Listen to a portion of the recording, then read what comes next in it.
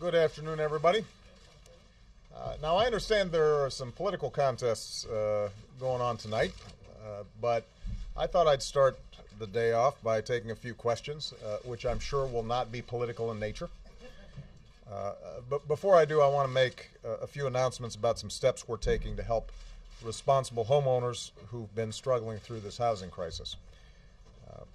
Now, we've clearly seen some positive economic news over the last few months. Businesses have created about 3.7 million new jobs over the last 2 years. Manufacturers are hiring for the first time since the 1990s. The auto industry is back and hiring more than 200,000 people over the last few years. Confidence is up, and the economy is getting stronger. But there are still millions of Americans who can't find a job. There are millions more who are having a tough time making the rent or the mortgage, paying for gas or groceries. So our job in Washington isn't to sit back and do nothing, and it's certainly not to stand in the way of the recovery. Right now, we've got to do everything we can to speed it up. Now, Congress did the right thing when they passed part of my jobs plan and prevented a tax hike on 160 million working Americans this year, and that was a good first step. But it's not enough. They can't just stop there and wait for the next election to come around. There are a few things they can do right now that could make a real difference in people's lives. This Congress should, once and for all, end tax breaks for companies that are shipping jobs overseas and use that money to reward companies that are creating jobs here in the United States. I've put forward a proposal that does just that, and there's no reason why Congress can't come together and start acting on it. This Congress could hold a vote on the Buffett rule so that we don't have billionaires paying a lower tax rate than their secretaries. That's just common sense. The vast majority of Americans believe it's common sense, and if we're serious about paying down our deficit, it's as good a place to start as any. And finally, this Congress should pass my proposal to give every responsible homeowner a chance to save an average of $3,000 a year by refinancing their mortgage at historically low rates. No red tape, no runaround from the banks. If you've been on time on your payments, if you've done the right thing, if you've acted responsibly, you should have a chance to save that money on your home, perhaps to build up your equity or just have more money in your pocket that you can spend on businesses in your community. That would make a huge difference for millions of American families. Now, if Congress refuses to act, I've said that I'll continue to do everything in my power to act without them. Last fall, we announced an initiative that allows millions of responsible homeowners to refinance at low interest rates. Today, we're taking it a step further. We are cutting by more than half the refinancing fees that families pay for loans insured by the Federal Housing Administration. That's going to save the typical family in that situation an extra $1,000 a year on top of the savings that they'd also receive from refinancing. That would make refinancing even more attractive to more families. It's like another tax cut that'll put more money in people's pockets. We're going to do this on our own. We don't need congressional authorization to do it. We're also taking a series of steps to help homeowners who have served our country. It is unconscionable that members of our armed forces and their families have been some of those who have been most susceptible to losing their homes due to the actions of unscrupulous banks and mortgage lenders. Over the last few years, that happened a lot. So as part of the landmark settlement we reached with some of the nation's largest banks a few weeks ago, here's what we're going to do. If you are a member of the armed forces whose home was wrongfully foreclosed, you will be substantially compensated for what the bank did to you and your family. If you are a member of the armed forces with a high interest rate who was wrongfully denied the chance to lower it while you were in active service, which banks are required to do by law, the banks will refund you the money you would have saved along with a significant penalty. The settlement will make sure that you aren't forced into foreclosure just because you have a permanent change in station, but can't sell your home because you owe more than it's worth. Some of the money will also go into a fund that guarantees loans on favorable terms to our veterans. And there will be more foreclosure protections for every man and woman who is currently serving this country in harm's way. As I've said before, no amount of money is going to be enough to make it right for a family who has had their piece of the American dream wrongfully taken away from them. And no action, no matter how meaningful, will entirely heal our housing market on its own. This is not something the government by itself can solve. But I'm not one of those people who believe that we should just sit by and wait for the housing market to hit bottom. There are real things that we can do right now that would make a substantial difference in the lives of innocent, responsible homeowners. That's true in housing, and that's true in any number of different areas when it comes to ensuring that this recovery touches as many lives as possible. That's going to be my top priority as long as I hold this office, and I will do everything I can to make that progress. So with that, I'm going to take some questions, and I will start with Mike Vicara. Yes, sir. On the Middle East and as it relates to American politics, a little less than a year ago, Muammar Gaddafi gave a speech and he said he was going to send his forces to Benghazi. He was going to rout opponents from their bedrooms and he was going to shoot them. You frequently cited that speech as a justification for NATO, the no-fly zone, and military action against Libya. In Syria, Bashar al-Assad is killing people. There's a massacre underway. And your critics here in the United States, including most notably John McCain, said you should start airstrikes now. And on Iran, Mitt Romney on Sunday went so far as to say that if you are reelected, Iran will get a bomb and the world will change. How do you respond to this criticism? All right, Mike, you asked a couple of questions there, so let's start with the Iran situation, since that's been the topic of the news for the last few days. When I came into office, Iran was unified, on the move, had made substantial progress on its nuclear program, and the world was divided in terms of how to deal with it. What we've been able to do over the last 3 years is mobilize unprecedented, crippling sanctions on Iran.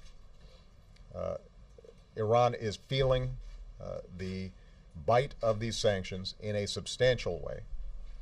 The world is unified. Iran is politically isolated. And what I have said is that we will not countenance Iran getting a nuclear weapon. My policy is not containment. My policy is to prevent them from getting a nuclear weapon, because if they get a nuclear weapon, that could trigger an arms race in the region. It would undermine our non-proliferation goals. It could potentially fall into the hands of terrorists. And we've been in close consultation with all our allies, including Israel, in moving this strategy forward. At this stage, it is my belief that we have a window of opportunity where this can still be resolved diplomatically. That's not just my view. That's the view of our top intelligence officials. It's the view of top Israeli intelligence officials. And as a consequence, we are going to continue to apply the pressure, even as we provide a door for the Iranian regime to walk through where they could rejoin the community of nations by giving assurances to the international community that they're meeting their obligations and they are not pursuing a nuclear weapon. That's my track record. Now, what's said on the campaign trail, those folks don't have a lot of responsibilities. They're not commander-in-chief. And when I see the casualness with which some of these folks talk about war, I'm reminded of the costs involved in war. I'm reminded of the decision that I have to make in terms of sending our young men and women into battle, and the impacts that has on their lives, the impact it has on our national security, the impact it has on our economy. This is not a game. There's nothing casual about it. And when I see some of these folks who have a lot of bluster and a lot of big talk, but when you actually ask them specifically what they would do, it turns out they repeat the things that we've been doing over the last 3 years. It indicates to me that that's more about politics than actually trying to solve a difficult problem. Now, the one thing that we have not done is we haven't launched a war. If some of these folks think that it's time to launch a war, they should say so. And they should explain to the American people exactly why they would do that and what the consequences would be. Everything else is just talk. With respect to Syria, What's happening in Syria is heartbreaking and outrageous, and what you've seen is the international community mobilize against the Assad regime, and it's not a question of when Assad leaves or if Assad leaves, it's a question of when. He has lost the legitimacy of his people, and the actions that he's now taking against his own people is inexcusable, and the world community has said so in a more or less unified voice. On the other hand, for us to take military action unilaterally, as some have suggested, or to think that somehow there is some simple solution, I think is a mistake. What happened in Libya was we mobilized the international community, had a UN Security Council mandate, had the full cooperation of the region, Arab states, and we knew that we could execute very effectively in a relatively short period of time. This is a much more complicated situation. So what we've done is to work with key Arab states, key international partners. Hillary Clinton was in Tunisia to come together and to mobilize and plan how do we support the opposition, how do we provide humanitarian assistance, how do we continue the political isolation, how do we continue the economic isolation. And we are going to continue to work on this project with other countries. And it is my belief that ultimately this dictator will fall as dictators in the past have fallen. But the notion that the way to solve every one of these problems is to deploy our military, that hasn't been true in the past, and it won't be true now. We've got to think through what we do through the lens of what's going to be effective, but also what's critical for U.S. security interests. Jake Tapper. Thank you, Mr. President. What kind of assurances did you give Prime Minister Netanyahu about the role that the U.S. would play if diplomacy and economic sanctions fail to work to convince Iran's leaders to change their behavior, and Israel goes ahead and prepares to strike their nuclear facilities? What kind of assurances did you tell him? And shouldn't we, I recognize the difference between debate and bluster, but shouldn't we be having in this country a vigorous debate about what could happen in the case of the Middle East war in a way that sadly we did not do before going into Iraq? Well, I think there's no doubt that those who are suggesting or proposing or beating the drums of war should explain clearly to the American people what they think the costs and benefits would be. I'm not one of those people, because what I've said is that we have a window through which we can resolve this issue peacefully. We have put forward an international framework that is applying unprecedented pressure. The Iranians just stated that they are willing to return to the negotiating table, and we've got the opportunity, even as we maintain that pressure, to see how it plays out. I'm not going to go into the details of my conversation with Prime Minister Netanyahu, but what I said publicly doesn't differ greatly from what I said privately. Israel is a sovereign nation that has to make its own decisions about how best to preserve its security. And as I said over the last several days, I am deeply mindful of the historical precedents that weigh on any Prime Minister of Israel when they think about the potential threats to Israel and the Jewish homeland. What I have also said is that because sanctions are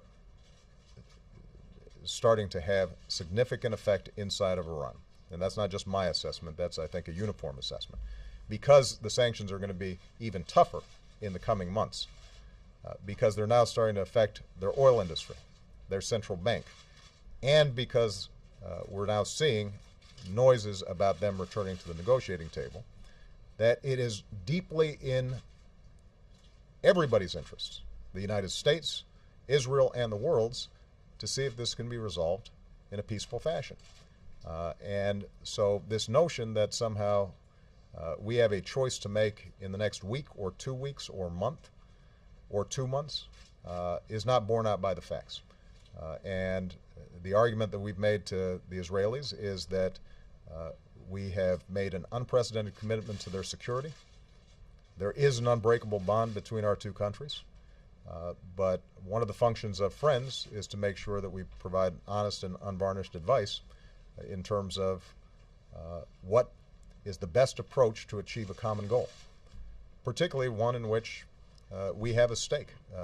This is not just an issue of Israeli interest. This is an issue of U.S. interests. It's also not just an issue of consequences for Israel if action is taken prematurely.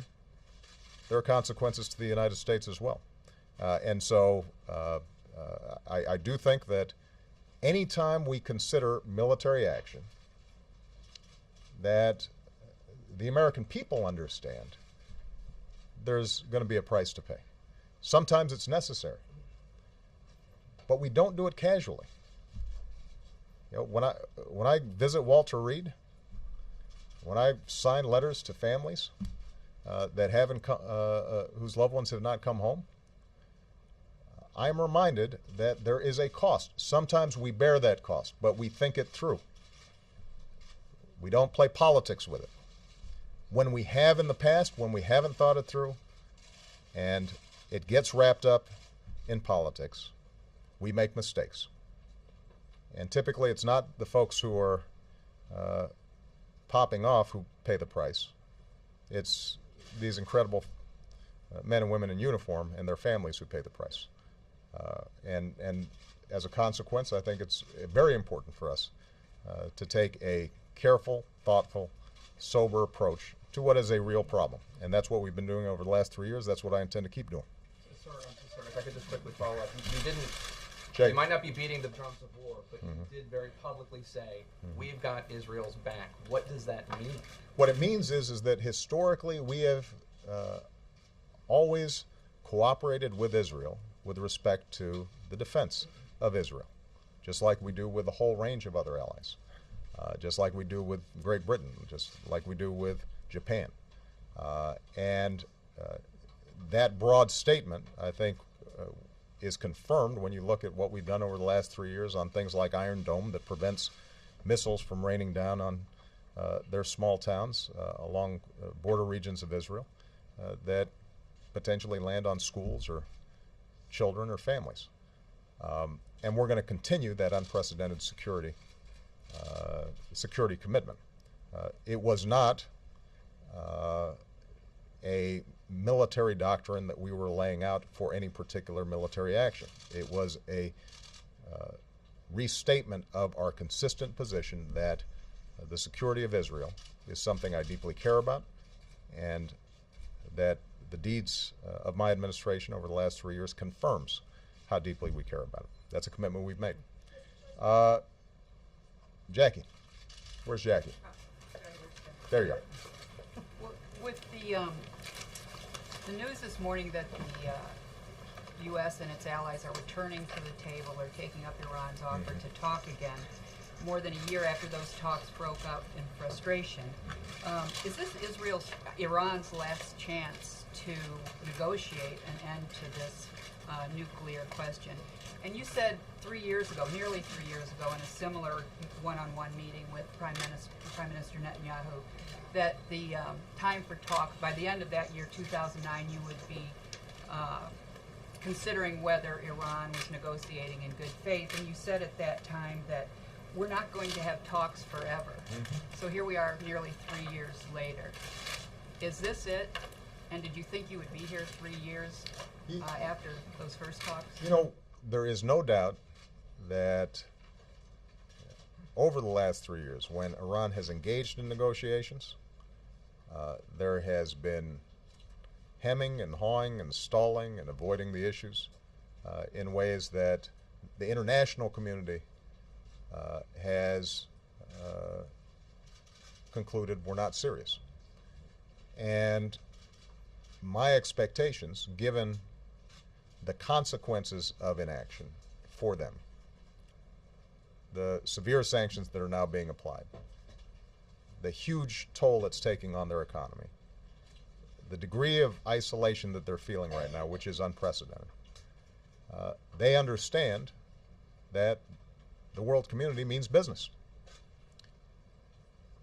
To resolve this issue will require Iran to come to the table and discuss in a clear and forthright way how to prove to the international community that the intentions of their nuclear program are peaceful.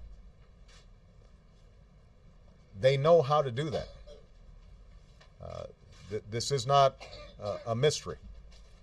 And so it's going to be very important to make sure that on an issue like this, there are complexities. It obviously has to be methodical. I don't expect a breakthrough in a first meeting, but I think we will have a pretty good sense fairly quickly as to how serious they are about resolving the issue.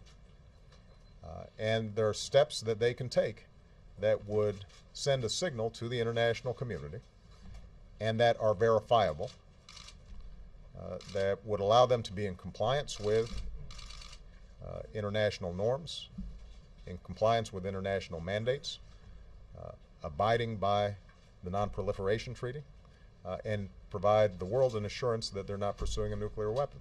They know how to do it. And the question is going to be whether in these discussions they show themselves moving clearly in that direction. Ed Henry. Thank you, Mr. President. I wanted to follow up on Israel and Iran because you have said repeatedly you have Israel's back. So I wonder why 3 years in office you have not visited Israel as president. And related to Iran and Israel, you have expressed concern about this loose talk of war, as you call it, driving up gas prices further. Your critics will say on Capitol Hill that you want gas prices to go higher because you have said before that will wean the American people off fossil fuels onto renewable fuels. How do you respond to that? Ed, just from a political perspective, do you think the President of the United States going into re-election wants gas prices to go up higher? Is there anybody here who thinks that makes a lot of sense? Look, here's the bottom line with respect to gas prices. I want gas prices lower because they hurt families. Because I meet folks every day who have to drive a long way to get to work, and them filling up this gas tank gets more and more painful, and it's a tax out of their pocketbooks, out of their paychecks. And a lot of folks are already operating on the margins right now. And it's not good for the overall economy, because when gas prices go up, consumer spending oftentimes pulls back. And we're in the midst right now of a recovery that is starting to build up steam, and we don't want to reverse it. What I have also said about gas prices is that there is no silver bullet, and the only way we're going to solve this problem over the medium and long term is with an all-of-the-above strategy that says we're going to increase production, which has happened. We are going to make sure that we are conserving energy. That's why we doubled fuel efficiency standards on cars, which will save consumers about $1.7 trillion and take about 12 billion barrels of oil offline, which will help to reduce prices. And we're going to develop clean energy technologies that allow us to continue to use less oil. And we've made progress. I mean, the good news is 2010, first time in a decade that our oil imports were actually below 50%, and they've kept on going down. And we're going to keep on looking at every strategy we can to, yes, reduce the amount of oil that we use while maintaining our living standards and maintaining our productivity and maintaining our economic growth. And we're going to do everything we can to make sure that consumers aren't hurt by it. Now, there's some short-term steps that we're looking at with respect to, for example, there are certain potential bottlenecks in refineries around the country that we've been concerned about. We're concerned about what's happening in terms of production around the world. It's not just what's happening in the Gulf. You've had, for example, in Sudan, some oil that's been taken offline that's helping to restrict supply. So we're going to look at a whole range of measures, including, by the way, making sure that my Attorney General is paying attention to potential speculation in the oil markets. I've asked him to reconstitute a task force that's examining that. But we go through this every year. We've gone through this for 30 years. And if we are going to be competitive, successful, and make sure families are protected over the long term, then we've got to make sure that we've got a set of options that reduce our overall dependence on oil. Now, with respect to Israel, I'm not the first president who has been unable, because of a whole range of issues, not to visit Israel as president in their first term. I visited Israel twice as senator, once right before I became president. The measure of my commitment to Israel is not measured by a single visit. The measure of my commitment to Israel is seen in the actions that I've taken as President of the United States, and it is indisputable that I've had Israel's back over the last 3 years. Amr Madani. Thank you, Mr. President. Yeah. Do you believe Rush Limbaugh's apology for the Georgetown lawsuit was sufficient and heartfelt? Do you agree with the decision of the growing number of sponsors that have decided to drop his show, stop supporting his show? And has there been a double standard on this issue? Liberal commentators have made similarly provocative or distasteful statements, and there hasn't been such an outrage. I'm not going to comment on what sponsors decide to do. I'm not going to comment on either the economics or the politics of it. I don't know what's in Rush Limbaugh's heart, so I'm not going to comment on the sincerity of his apology. What I can comment on is the fact that all decent folks can agree that the remarks that were made don't have any place in the public discourse. And the reason I called Ms. Fluke is because I thought about Malia and Sasha, and one of the things I want them to do as they get older is to engage in issues they care about, even ones I may not agree with them on. I want them to be able to speak their mind in a civil and thoughtful way.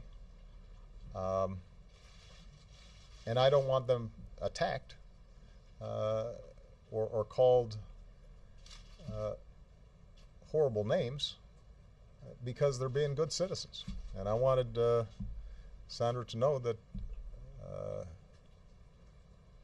that I thought her parents should be proud of her, and that we want to send a message to all our young people that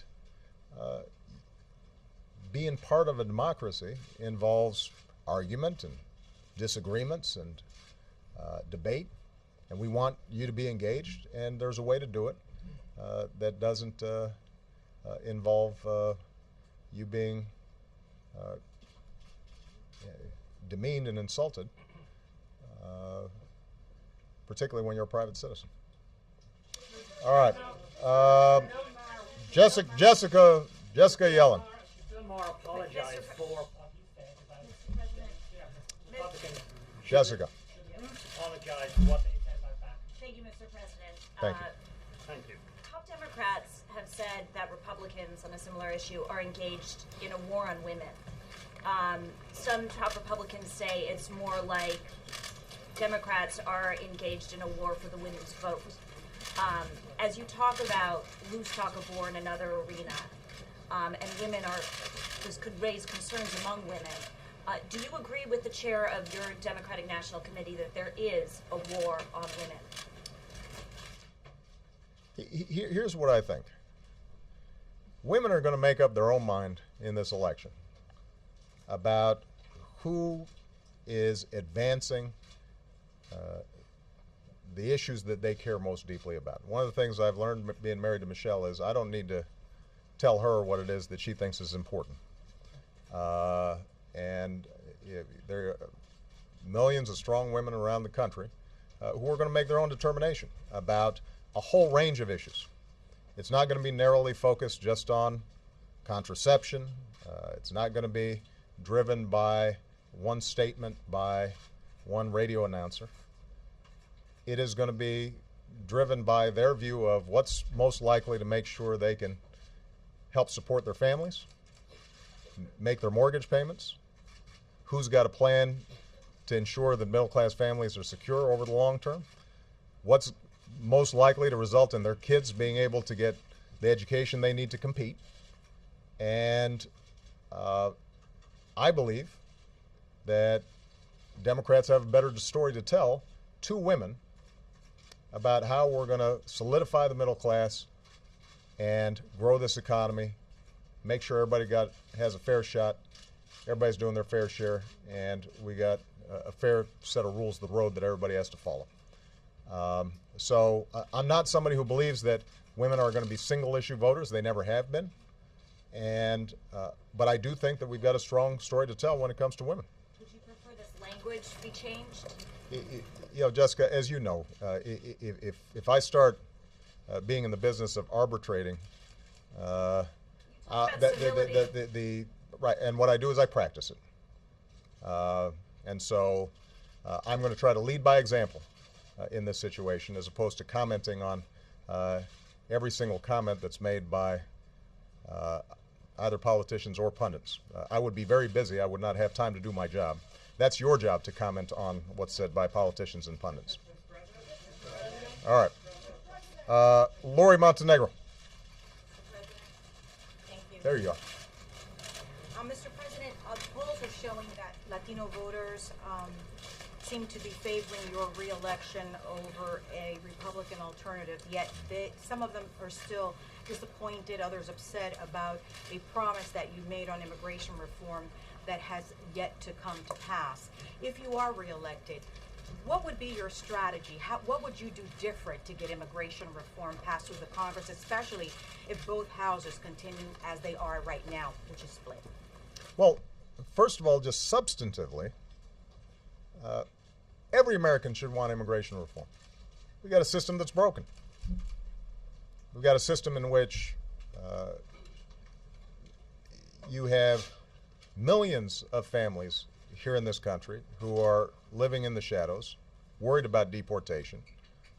You've got American workers that are being undercut because those undocumented workers can be hired and the minimum wage laws may not be observed, overtime laws may not be observed. You've got incredibly talented people who want to start businesses in this country or to work in this country, and we should want those folks here in the United States. But right now, the legal immigration system is so tangled up that it becomes very difficult for them to put down roots here. So we can be a nation of laws and a nation of immigrants. And it is not just a Hispanic issue. This is an issue for everybody. This is an American issue that we need to fix. Now, when I came into office, I said, I am going to push to get this done. We didn't get it done. And the reason we haven't gotten it done is because what used to be a bipartisan agreement that we should fix this ended up becoming a partisan issue. I give a lot of credit to my predecessor, George Bush, and his political advisors who said, this should not be just something the Democrats support. The Republican Party is invested in this as well. That was good advice then. It would be good advice now. And my hope is that after this election, the Latino community will have sent a strong message that they want a bipartisan effort to pass comprehensive immigration reform that involves making sure we've got tough border security. And this administration has done more for border security than just about anybody.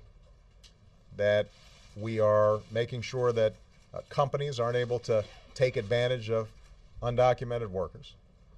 That we've got strong laws in place, and that we've got a path so that all those folks whose kids often are U.S. citizens, who are working with us, and living with us, and in our communities, and not breaking the law, and trying to do their best to raise their families, that they've got a chance to be a fuller part of our community. So, what do I think will change? Well, what I will do, look, we're going to be putting forward, as we have done before, a framework, a proposal, legislation that can move the ball forward and actually get this thing done. But ultimately, I can't vote for Republicans. They're going to have to come to the conclusion that this is good for the country and that this is something that they themselves think is important. And depending on how Congress turns out, we'll see how many Republican votes we need to get it done. Nora O'Donnell, how are you? Thank you, Mr. President. Today is Super Tuesday, so I wonder if you might weigh in on some of your potential Republican opponents. Mitt Romney has criticized you on Iran and said hope is not a foreign policy. He also said that you are America's most feckless president since Carter. Yeah. What would you like to say to Mr. Romney? Good luck tonight. No, really. Really?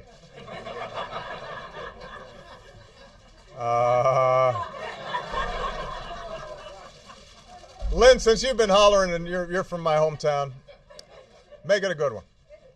My question is about the switch of the G8 summit from Chicago to Camp David. A reason given from the White House is that now you wanted a more intimate summit. People in Chicago would like to know, what do you know now that you did not know when you booked hometown Chicago for the G8 that led to the switch? And what role did security threats possibly play in the decision? Well, keep in mind, Lynn, we're still going to be showing up with a whole bunch of world leaders. We've got this NATO summit. Typically what's happened is that we've tried to attach the G8 summit to the NATO summit so that the leaders in the G8 summit don't have to travel twice to whatever location. So last year in France, we combined a G8 with a NATO summit. We'll do so again. I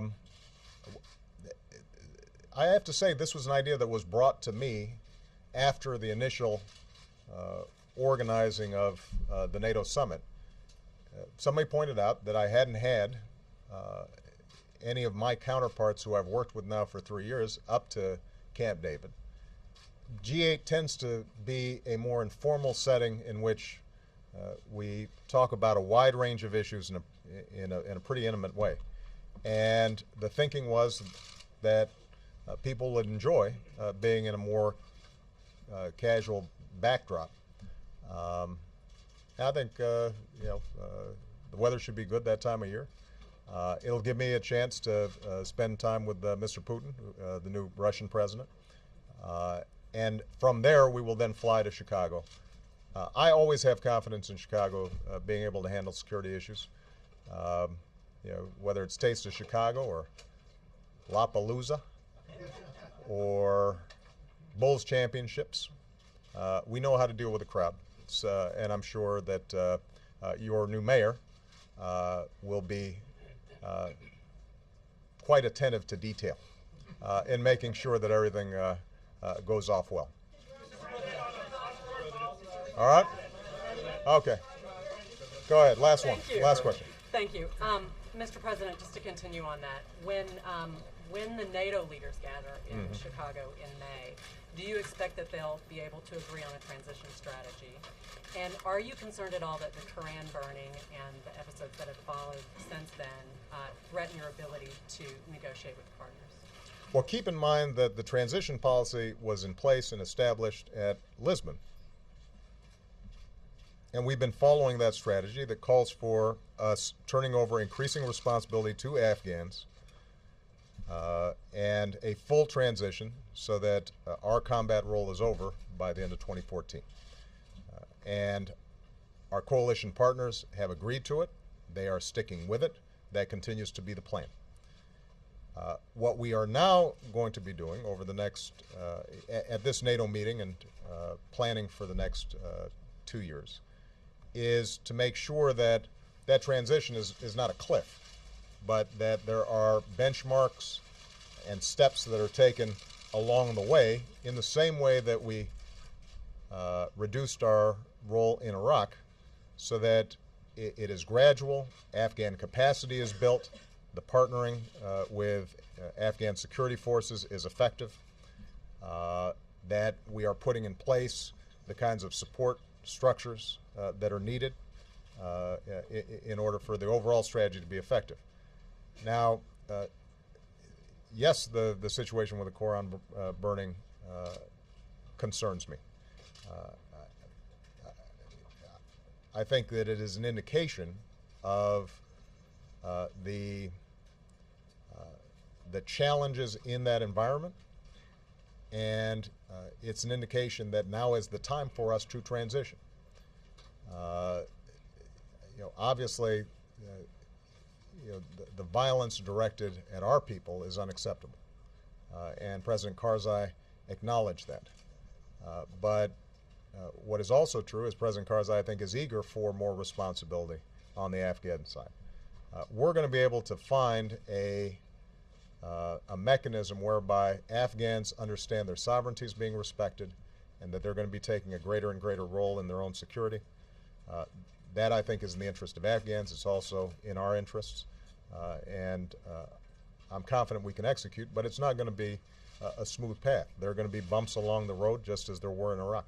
Well, are these bumps along the road, or are you seeing a deterioration in the relationship based on the Koran burning itself, the violence that has followed, that inhibits your ability to work out things like how to hand off the detention center? No, none of this stuff is easy, and it never has been. And obviously, the most recent riots or protests against the Koran burning were tragic. But remember, this happened a while back when a pastor in Florida threatened to burn a Koran.